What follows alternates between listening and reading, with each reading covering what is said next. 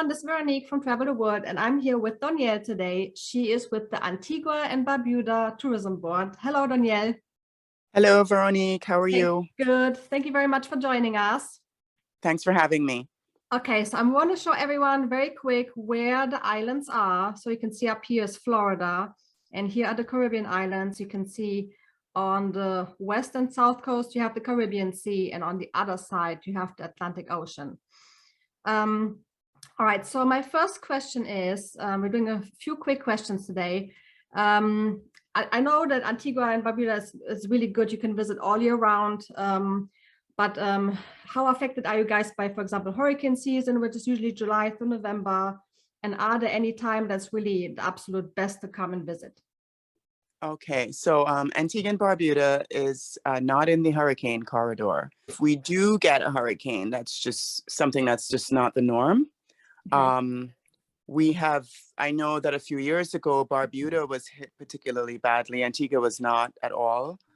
Barbuda has since bounced back and is actually being completely redeveloped as a green destination and in the process of putting in a brand new airport to support the private jet travel. There's also discussions about the luxury cruise industry going in there. Robert De Niro has a restaurant over there, a Nobu. So things are happening over there. And in terms of Antigua itself, we have a state-of-the-art airport. We have jet bridges. Getting into Antigua and Barbuda right now is pretty seamless. Yeah. You take your negative PCR test 4 days before travel. You can also use a rapid antigen test, and we have the approved list on our website. All our information is on our website, www.visitantiguabarbuda.com. And once you get on the flight, you get the health declaration form, you answer a few questions on arrival into the destination, and then you're on to wherever it is that you're staying. Okay, and do you have to be vaccinated to come visit? Yes, it's a vaccine-only destination. You have to have had both your shots. Obviously, if you've had Johnson & Johnson, then it would be the one. But you have to have had a complete series of your vaccines, and you can't have had it less than 2 weeks before travel. Yeah, and when you have the vaccine and you do the testing, can you move around freely, or are there any restrictions on that? There are no restrictions. You can move around freely. Okay. Everybody knows, of course, Antigua is great for beaches. I mean, beautiful, white and the pink sand beaches you have, and turquoise water. What are the other top 3 things you would say people come for? We're definitely known as a romance destination, hands down. We don't have a residency requirement when it comes to weddings also. So we have quite a few destination weddings. I mean, you can come in on your flight, get married, go on to your honeymoon at one of the properties, or you could come in on a cruise ship, get married, and get back on the cruise ship that afternoon. Yeah. So that's a great attraction as well for a lot of people. We are a very romantic destination, and because we have all those beaches, even though we don't have private beaches, quite a few of them appear to be that way because there's no one on them. We have enough beaches for everyone, and some of them are actually coves that you can only access by boat or hiking. Another attraction would be our UNESCO World Heritage Site, which is the Nelson's Dockyard on the southern side of the island. It's an 18th century Georgian fort, and it's been renovated, still operating just like it was. They make the sails, etc. And every year we have a very robust sailing regatta calendar. And so that community is where about 95% of the regattas take place. And so with the races, you can participate, you can watch, and then there are a lot of onshore activities as well that you can take part in. Nice. Great. You asked me the best time to visit Antigua. Yeah. You said it. Antigua is a year-round destination, and we're a dry island. So even if it rains, it does not last very long. Our high season does run from November to April.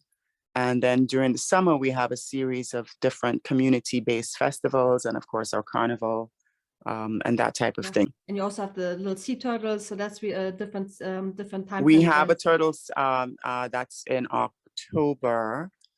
Yes, we do have a whole program and tours pertaining to that. You can actually go turtle watching. You can watch the eggs hatching. Yeah. We've changed the lights on the main highways so that it doesn't affect the turtles. Oh. We actually have an offshore island, Laviscount Island, which has a turtle colony. You can see parrots, iguanas, that type of thing. So lots of interesting wildlife also. Yeah. Now tell me one thing that a lot of people don't know about the islands. Well, the fact that we're two islands, you get two islands for the price of one, basically. Antigua is a more cosmopolitan, bustling type situation, even though you get to choose whether you want to do the quiet escape thing or you want to be involved. We have quite a few restaurants, different, other than our local foods. We have quite a few ethnicities that have opened up restaurants on island. So whether it's French, Italian, Indian, Russian, South African, it's available. On Barbuda, we have the largest frigate bird sanctuary in the Caribbean on a lagoon. So that's a really amazing sight to see because the breasts are all red. So, you know, when you see them all together, it's absolutely stunning. We still have caves with hieroglyphics that can be explored. Oh, nice. You can go diving for lobster with the fisherman and the chef will cook it for you. You know, we do have quite a few unique and interesting tours and excursions. We have a vintage tea house at a windmill that has opened recently. So, you know, yes, it's having tea is a very quintessential English thing, but we also have the Caribbean dynamic that's added to it. So that's proving to be very popular as well. We have a gin that we make on island. And of course, we have our famous English Harbor rum. Yeah. And lots of, you know, there are lots of interesting things to experience on the island that most people just wouldn't know. Yeah, exactly. Yeah. And it sounds like there's something for everyone. You can have definitely. You can have the you know, luxury vacation where you go sailing, for example, or you can do the tourism where you we also have street food tours as well to experience the local foods and the locals. So that's also a very fun activity as well. Because there is a trend that people want to be more immersive and learn about the culture. So there's definitely. Yes, we have definitely found that. So, you know, we're doing all the pivoting to make sure that there's enough because we have a lot of multi-generational travel. Yeah. And because it's a safe destination, you know, people like to go driving, roaming, walking. And so we try to make sure that there's enough for each age group to participate and enjoy. Great. Now, the last question I have is, or it's two in one, basically. So what do you do to preserve your nature that you have? And then also, what can people do that come visit do to help you guys, you know, preserve the environment? Well, we have a unit within our Ministry of Tourism and also our Ministry of Health, Wellness, and the Environment. And so they monitor those elements.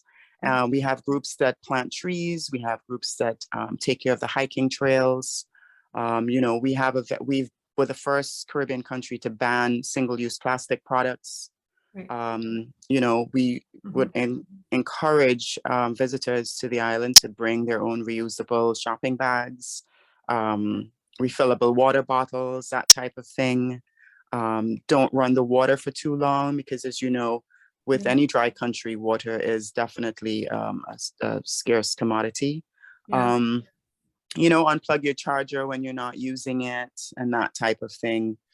Just, you know, basically what the entire world is trying to move towards.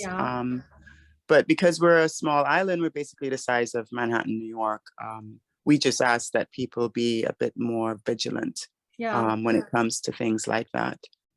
We have volunteer programs for anyone who's interested in participating in whether it's a soup kitchen or feeding program, you know, bringing in things to donate.